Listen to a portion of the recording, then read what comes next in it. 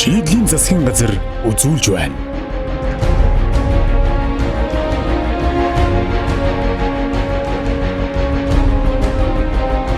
Аж үйлдвэр 2012 оны сонгуулийн мөрийн хөтөлбөртөө ардчилсан нам олон жил зөвхөн яриа байсан аж үйлдвэрлэлийг хөгжүүлж томоохон үйлдвэрүүдийг барих болно гэж амласан. Тэд энэ амлалтаа биелүүлэн аж үйлдвэрлэлийг хөгжүүлэхээр салбарын яам байгуулан аж үйлдвэрлэлийн салбарт төрөөс баримтлах бодлогоо гаргаж бизнес эрхлэгчдэд дэмжин томоохон үйлдвэрүүдийг нээсээр байна. Манай улсын хөнгөн бетоны нийт хэрэглээний 30%-ийг дангаар хангах Макийн хит бетоны үйлдвэр жилд сая тонн цемент үйлдвэрлэх Мон цемент үйлдвэр улирлын чанартай ажилладаг байсан дархны хар төмөрлөгийн үйлдвэрт өргөтгөл хийснээр жилийн 4 улиралд тасралтгүй ажилладаг боллоо гэд олон сайхан таатай мэдээ байна. Мөн хөдлийн үйлдвэр хүчин чадлаа 4 дахин нэмэгдүүлсэн гэд аж үйлдвэрлэлийн бодлого эзнээ олж бодит ажил болсоор эрэгчлүүдэд газрын тос боловсруулах, алт угаах, төмөр хийц бэлтгэх гээд олон үйлдвэрүүд үүдээ нээхээр хүлээж байна. Ямар ч байсан бид нар төрөөс аж үйлдвэрийн талаар баримтлах бодлоготой болж байна. Энэ бол хамгийн чухал зүйл гэсэн бидний хувьд тийм ээ. Ер нь Монгол улс аж үйлдвэрээ юу гэж төсөөлж байгаа юм бэ? Яаж хөгжинэ гэж ойлгож байгаа юм бэ? Хэдийн хугацаанд ямар үр дүнд хүрнэ гэж төлөвлөж байгаа юм бэ? Хаана үйлдвэрээ байгуулах юм бэ? Байгуулах юм бол хүнд үйлдвэр, хөнгөн үйлдвэр, жижиг дунд үйлдвэр, өрхий үйлдвэрлэлээ ямар хөө байдлаар байгуулж хаана барих юм бэ? Хаана ажилуулах юм бэ гэдэг зурагтай усан бол хамгийн чухал асуудал болсон. Сая яам байгуулагдсан дараа хүнд үйлдвэрийн асуудлаар хэд хэдэн чухал шийдвэрийг гаргасан. Хүнд үйлдвэр гэж юу юм бэ гэхээр одоо манайх чи уул уурхайг бол сайн мэдж байгаа тийм ээ. Уул уурхайн олборлолт явсны дараа баяжуулсны дараа жинхэнэ боловсруулад дараагийн шатны бүтээгдэхүүн үйлдвэрлэхэд шаардлагатай юм үндсэн түүхий эдийг үйлдвэрлэдэг үйлдвэрүүд эхэлж байгаа. Жишээ нь бол энд төмөр хайлуулах үйлдвэрүүд байна. Зэсийн бажимд хайлуулах үйлдвэр, газрын тос боловсруулах үйлдвэр, химийн үйлдвэрүүд, дээрээс нь машин үйлдвэрлэх, машины эд анги үйлдвэрлэх, төмөр хийцэн үйлдвэрүүд гэсэн ийм салбаруудыг бол хамарсан. Салбаруудыг нийлүүлсэн үйлдвэрүүдийг бол хүнд үйлдвэр гэж хэлж байгаа.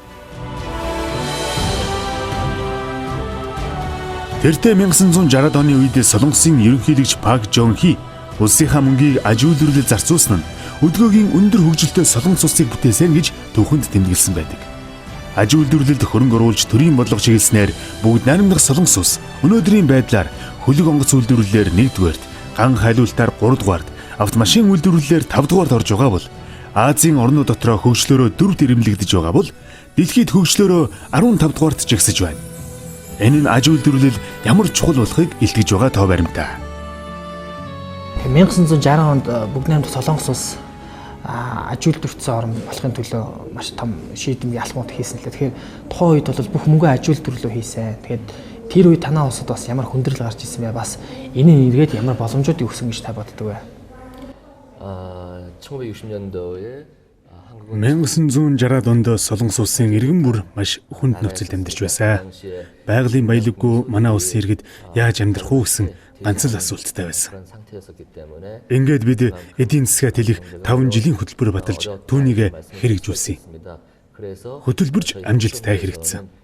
Мөн хамгийн чухал нь бид аж үйлдвэрүүдийг барьж, экспортын бараа бүтээгдэхүүнийг үйлдвэрлэж, гадаад зах зээлээ тэлсэн явдал. Ингэж л иргэд төр засаг хамтран нэг зүгт зорилгоо чиглүүлснээр өнөөдрийн Солонгос улсын хөгжлийн суурийг бат бөх тавьж чадсан юм. Томоохон үйлдвэрүүдэд дэмжснээр жижиг дунд үйлдвэрүүд ч босоод ирсэн. Томоохон үйлдвэрлэлийг босгож дэлхийд өрсөлдөх болно гэж улсын маань удирдагчид зорьсон нь хамгийн зөв зүйл байсан гэдэгтээ Солонгос хүмүүр санал нийлж хүлээн зөвшөөрдөг юм аа. Нэг эрдэмтэн хүний хэлсэн үг байдаг юм. Энэ юу гэж хэлсэн бэ гэхээр далаад гарцтай орн бол дэлхийд үйлчилдэг. Далаад гарцгүй орн бол хоёр хөрштэй үйлчилдэг гэдэг үг байдаг. Ганцхан юм бодож байгаа. Энэ яам дээр төрийн ажлыг гүйцэтгүүлэх гэж намайг тавьсан. Анхнаасаа нэг л зарчим баримтлсан. Үнэхээр Монголд бол үйлдвэрчтэй асуудал бол бодлогын хэмжээнд очих ёстой. Ямар хөө байдлаар эхлэх вэ гэдэг нь бол хамгийн чухал сэдв байсан л да. Юу гэж утсан гэхээр энэ аж үйлдвэр гэдэг чинь ерөөсөө нэг улс төржүүлж болохгүй салбар шүү дээ.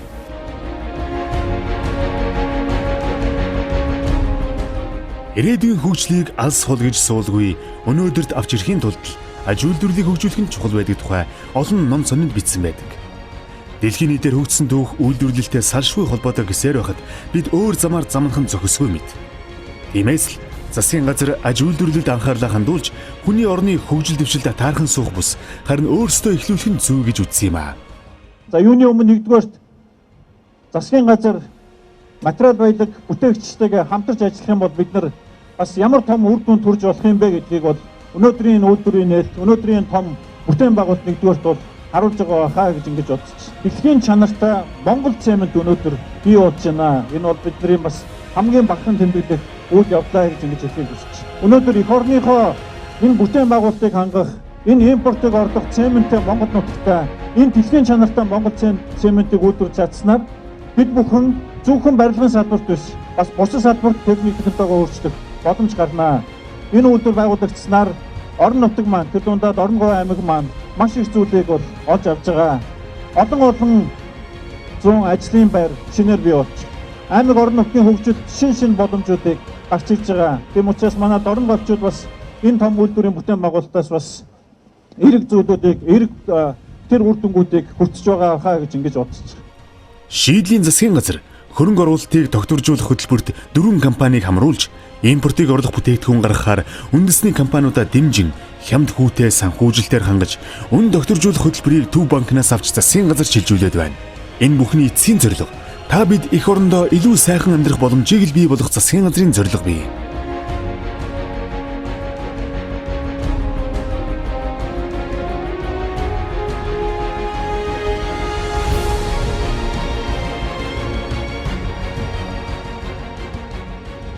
Нэгдүгээр юу шийдсэн гэхээр бид нар экспортын бүтээгдэхүүн гаргаж байгаа үндэсний үйлдвэрлэгчийг дэмжиж гэдэг шийдвэрийг төр гаргасан. Чи нийт бараа бүтээгдэхүүнийхээ тийм 30-аас дээш хувийг чи экспортод гаргаж байгаа бол чамд төр нэн хөнгөлөлтөд тийм ээ зээлийг олгож яа. Оруулсан судалгаа шинжилгээний ажлыг чинь 75% буцааж өгч бай. Энэ бол маш их том хэмжлэг багхгүй. Одоо хэрвээ бид нар 3 жилийн өмнө гаднаас 1 сая тонн цемент импортлож авдаг байсан бол дараа жилээс бид нар 1 сая тонныг экспортлох боломж өгсөн. Энэ цементийн импортын татварыг нэмсэн. Зөв. Цаг хугацаа бол үннийг харуулах боломж гэж үзвэл засгийн газрын эдгээр хийж хэрэгжүүлж байгаа олон ажлууд үнэн зөв бас чухал оновчтой байсан гэдгийг та бидний ирээдүйн сайн сайхан амьдралаар баталгаажих болно. Хөгжилд хүрэх замаа бид зассаар бас урагшилсаар л байна. Одоо нэг юм төрийн залгамж чанар байх хэрэгтэй гэж итгэдэг. Энэ бол улс орны эрх ашигын асуудал шүү дээ. Түүнээс хэн нэгний сонгуульд ялахгүй ялдахгүйн тухай асуудал биш. Гэхдээ миний чин хүсэл юу гэхээр энэ 16 он залгамжлагдаад үргэлжлэгдээд яваад 20 он, 25 он, 30 он гэж яг төрийн тавьсан зорилгонд энэ бүх хэрэгжсэн юм зүйлүүд нь хэрэгжээсэй гэж би бодож байгаа. Энэ бол миний амин чухал дотоод бодол гэж ойлгож байна. So close your eyes and see me go. Шийдлийн засгийн газар үзүүлж байна.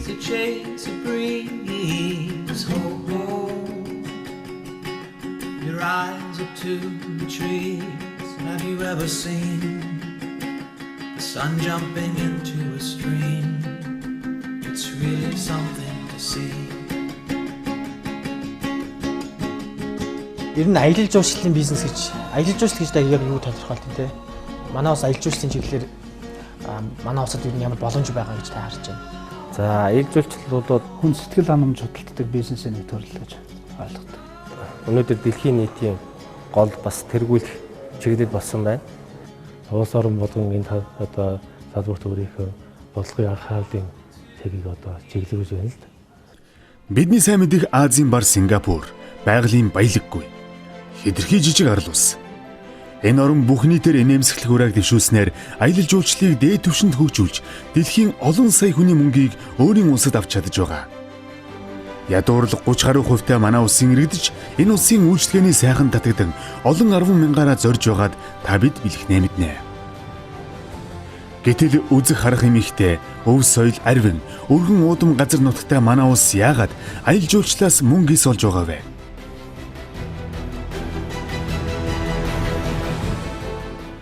Тэгэхээр биднээс энэ дээр аялал жуулчлалыг л ярьж байгаа бол одоо агаарын тээврийн зардлын одоо билетний үнийн асуудлыг ахаад эргэл ярих хэрэгтэй болж байна. Яг үүндээ ер нь өмнө нь бол бид нөгөө жоохон хөрөнгө мөнгө муутай байсан болоод тэрүү тийм ээ. Хаа байсан 90 оны үед шийдсэн одоо автосамын тээврийн одоо энэ бүх юм чинь яг тэр үеэр. Тэгэхээр биднээс эргээд ярихлаар биднээс Монгол ирж байгаа жуулчдын урсгал нэмэгдэхийн тулд энэ орж байгаа орцоо нэмэх хэрэгтэй. Энэ одоо аэропортоо сайжруулад олон онгоц буудаг болгоод тэрийн дагаад онгоцны одоо тээврийн зардал буух хэрэгтэй. Одоо билетний үн буух хэрэгтэй. Тэрийгээ дагаад Монголд ирж байгаа жуулчны урсгал ихсэх хэрэгтэй.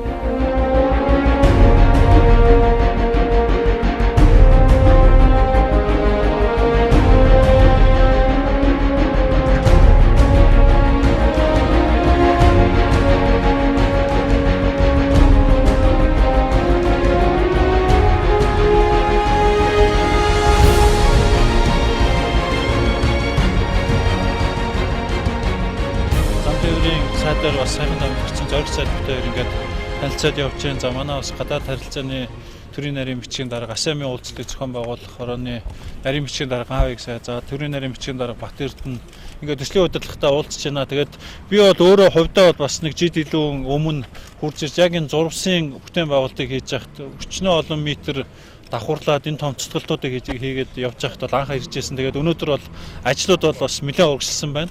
Урагшлахтаа бас өөрсдийнхөө графикаас урагшаа бол бас ихэнх ажлууд нь явж байгаа нь бол үнэхээр бас талархууштай. Ер нь бол ажил бол энэ олон улсын жишг төрсэн стандарттай энэ буудлууд бид нэр бол төлөвсөн хугацаанд оруулцснаа гэдэг ийм ихтгэл үнэмшил бол байнга нь харагдаж байна. За бид нэр гаднаас ирж байгаа жуулчдыг хэсгнээ гэж ярьж байгаа боловч Монголын өөрийн нааша нисэх тийз нь олддоггүй. За тэгээ монголчууд өөрөө усан порт байдгүй. Тэгээ усаар ирэх болцоо авахгүй. Машинаар ирэх гэхэд бол бас маш их хол. Ийм байгаа учраас агаарын тээвэр бол манай Монголд бол маш чухал үүрэгтэй. Тэгтэл агаарын тээврийнх маань онгоцны тоо бол маш бага байдаг. Хүлээж авж байгаа буудлын маань хүчин чадал бага байдаг.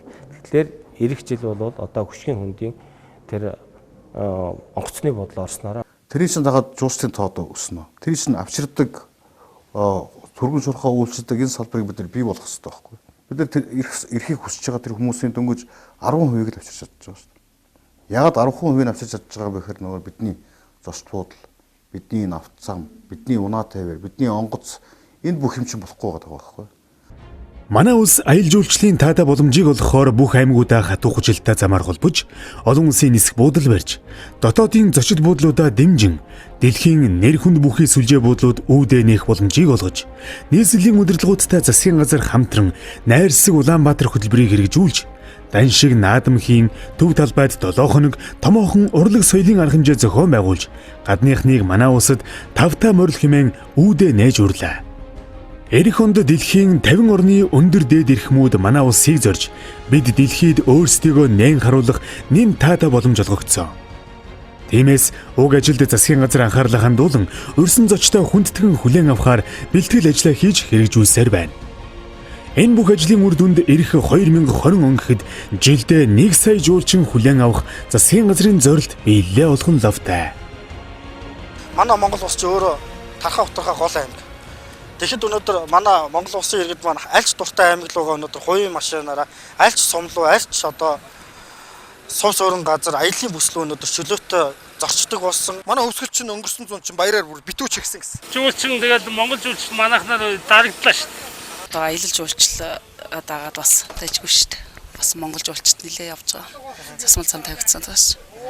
Аялал жуулчлалаар зөвхөн одоо 69 жип өнөөдөр зугаалганд хөдөө явдаг байсан бол өнөөдөр өргөн хэрэглээр нэвтэрсэн бага уурын суудлын жижиг тэргэрч гисэн сум суурандаа нутаг ослог очдог болсон. Өнөөдөр замын бас ач тусын бас гол нэгээх хэсэг гэж харж байгаа. Ер нь Монголыг зорьсон гадны жуулчд бол Улаанбаатарыг үзэх гэж хэрдэггүй шүү дээ. Монголын сайхан тал нутагт тэр эрхчлөөг мэдрэх гэж ирдэг. Тийм учраас бол заавал хөдөө аялдаг.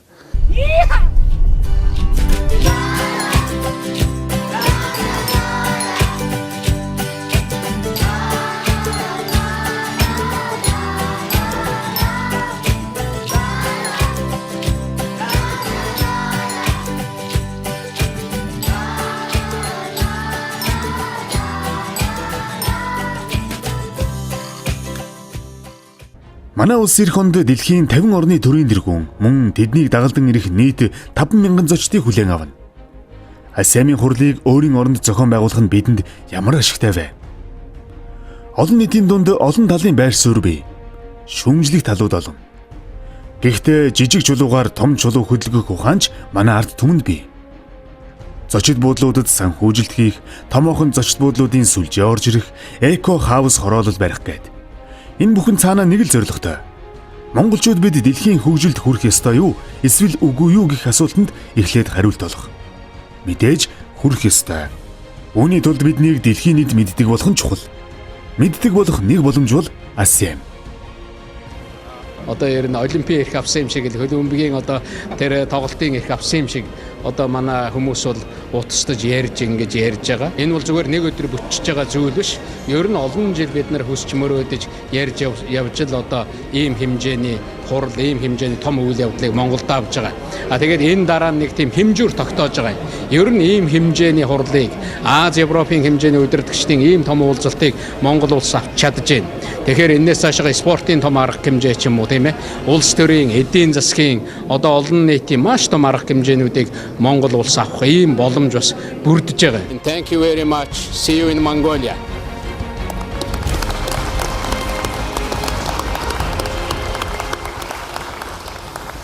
ASEAN-ийн чуулган Монгол улсын аялал жуулчлалын салбарт ямар нөлөөлөл байгаа гэж шууд та харж байна. Аялал жуулчлалын бизнесийн хувьд бол энэ асар том бүтээгдэхүүн байхгүй. Би бол ASEAN-ийн жүжигчдийг нэг дор хүлээж авна гэдэг бол тэр хэмжээгээр Монголын аялал жуулчлал тэлнэ гэсэн. ASEAN-ийн ач холбогдол Монгол улсад үзүүлэх нөлөө нэр хүнд олон улсын гадаад бодлогын эдэргээд ач холбогдлын талаар маргаж байгаа зүйл бол огт гарахгүй. Монгол улсын засгийн газар гүйцэтгэлийг тэргүүлж байгаа ерөнхий сайдын хувьд бол хариуцлагатаар хэлэхэд бид нар бол ASEAN-ийн бэлтгэл ажил бол ямар нэг элдв зүйл байхгүй явж байгаа. Үндэсний бэлтгэл хорооны ажлыг ерөнхий сайд бол ахаж хариуцж ажиллаж байгаа. 8 хороо бол дэд хороонууд бол өөр өөрсдийнхөө хурлыг энэс олон дотоо хуралдаад асуудлуудаа үндэсний хороо руу орж ирээ шийдээд явж байгаа. ASEAN-ыг өндөр хэмжээнд зохион байгуулна. Би бол энийг хийснээр маш их зоригтой алах юм бол хийж байгаа гэж бодож байгаа. Ягаад тэгэхээр биднээс өнөөдөр айгаал явж юу ч хийж чадахгүй. Энэ Монгол орныг дэлхийн 53 орнд одоо ингэж зурчилж байгаа том сурталчилгаа гэж ойлгож байна. Энэ одоо богино хугацаанд бас аялал жуулчлалын салбарыг одоо үйлчлэгийн чанарт агцгарах юм сайн нөлөө болж байгаа. ASEAN-ийн дараа биднээс юу авч үлдэх вэ гэдэг нь холбоо. Тэгэхээр энэ дээр бол биднээс бол жишээлбэл ASEAN-ийн үйл ажиллагааг авснараа биднээс дэлхийд хүлийн зөвшөөрөгдөх ч юм уу. Эсвэл ASEAN-ээрээ дамжуулаад биднээс өнөөдөр дэлхийд ямар төвшөнд энэ аялал жуулчлалын салбарыг аваачих юм бэ гэдэг дээр аялал жуулчлалын яам маань бол энэ бодлогын чанартай бол бас нэг хоёр дахь алхмыг бол хийж л явах хэрэгтэй гэж бодож байна. За энэ дээр бол энэ ASEAN-ийн хуралтай холбоотойгоор засгийн газар маань 150 тэрбум төгрөгийг үндсэндээ Монголын жошид буудлуудад хөрөнгө оруулж энийг сайжруулж байгаагаараа аялал жуулчлалд хүлээж авах бол чанарын томоохон хагц гарч байгаа гэсэн үг. Миний үзэж байгаагаар бол зөвхөн энэ жошид буудалд ч биш өөр олон чиглэлд бол засгийн газар хөрөнгө оруулж байгаа. Энэ бол дараад нь төрөл эргүүлээд нөхөгдөх нэг 9 доо урт хугацааны бөгөөд хүү бахта ийм зээлийн дэмжлэг гэж ойлгож байгаа. Тэгэхээр аялал жуулчлалын салбарыг за төрөөс ингээд хэрэгжүүлэх гээд маш том бодлогын юмнууд хэрэгжүүлээд байдаг. Яг аялал жуулчлал бол цэвэр бизнесийн байгууллагууд хэрэгжүүлдэг процесс нэлээд явагдаж байдаг зүйл. Монгол улс өөрөө аялал жуулчлалын салбарт хүн иргэн болгон ямар оролцоотой байх хэвтэй.